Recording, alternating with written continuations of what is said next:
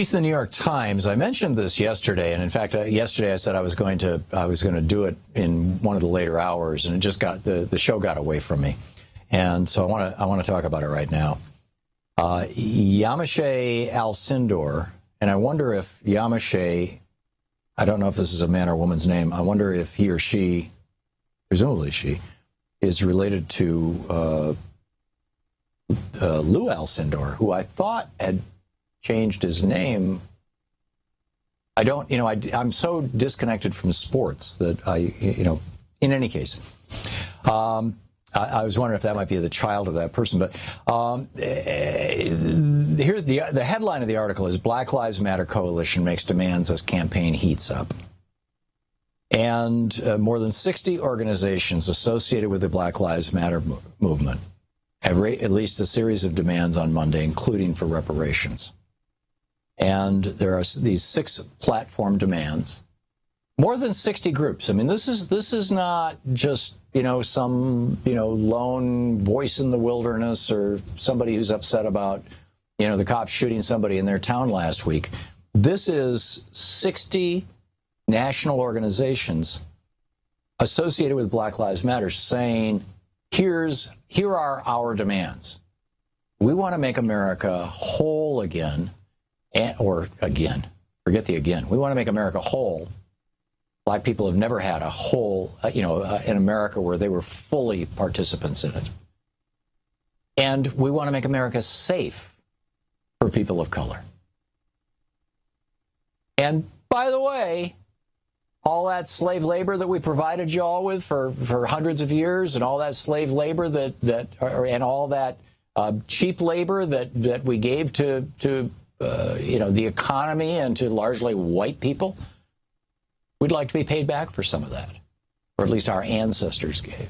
Well, and we're still giving, or they are still giving. I shouldn't speak in the first person when I'm speaking of, to be respectful, I shouldn't speak in the first person, I think. So anyhow, as part of the effort, this is what the Yamashey Alcindor wrote in yesterday's New York Times. As part of the effort, the groups are demanding, among other things, reparation for what they say are past and continuing harms to African Americans, an end to the death penalty, legislation to acknowledge the effects of slavery. I mean, we have now acknowledged, for example, something that we didn't acknowledge after World War II or even after Vietnam, that just going to war produces post-traumatic stress disorder, PTSD.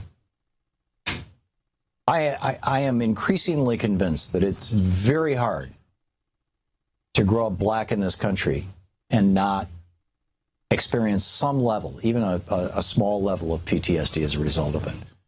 I hear story after story from friends of mine and from people who call into this program that when I put myself in their position, if I think, if that had happened to me, I would be so wounded. I mean, there's a part, when I was 8 years old, there was a kid up the street by the name of Dennis who had 3 or 4 friends, and they were like the neighborhood tough guys. And literally his house was right in a straight line between my house and our elementary school. And every time I walked by his house, he and his buddies would come out and they would just beat the crap out of me, or just chase me down the street.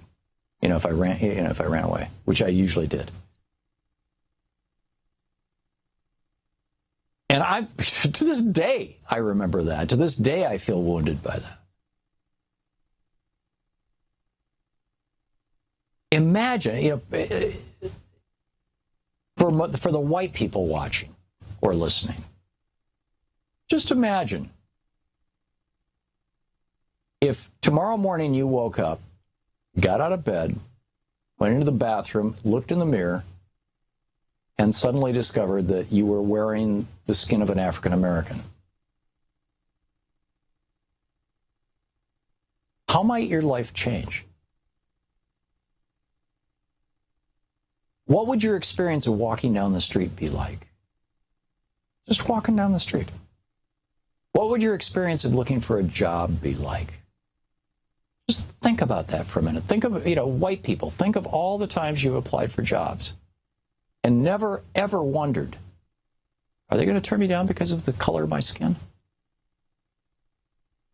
Think of all the times you've walked into a restaurant or a store and never thought to yourself, am I going to be dissed because of the color of my skin? Am I going to be followed around and surveilled because of the color of my skin? White people, imagine this. Think about this for a minute. Seriously. We have done this. White people have done this to people of color in this country for 500 years. And far worse.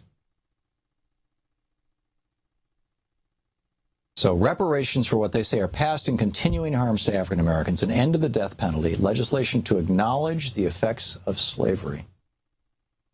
And I would argue that what we're seeing today are still the lingering, echoes of that, particularly in the South. But it's racism is not regional.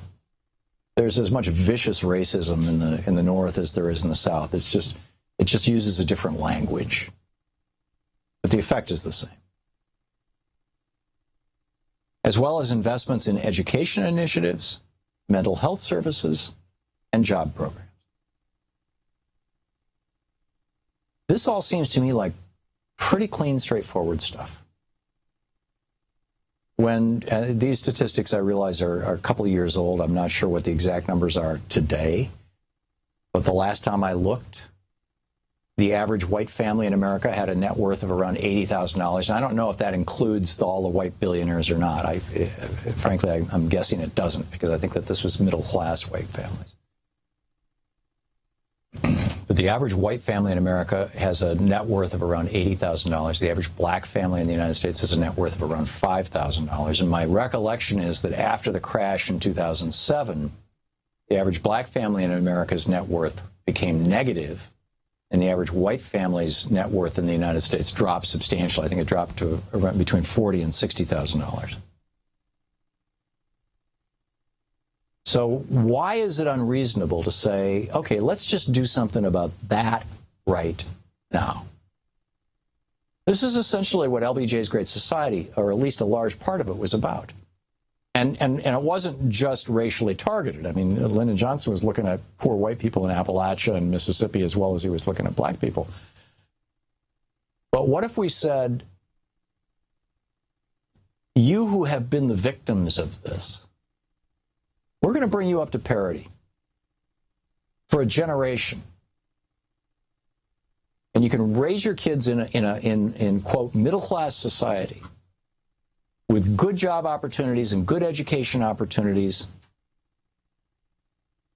and a safe income.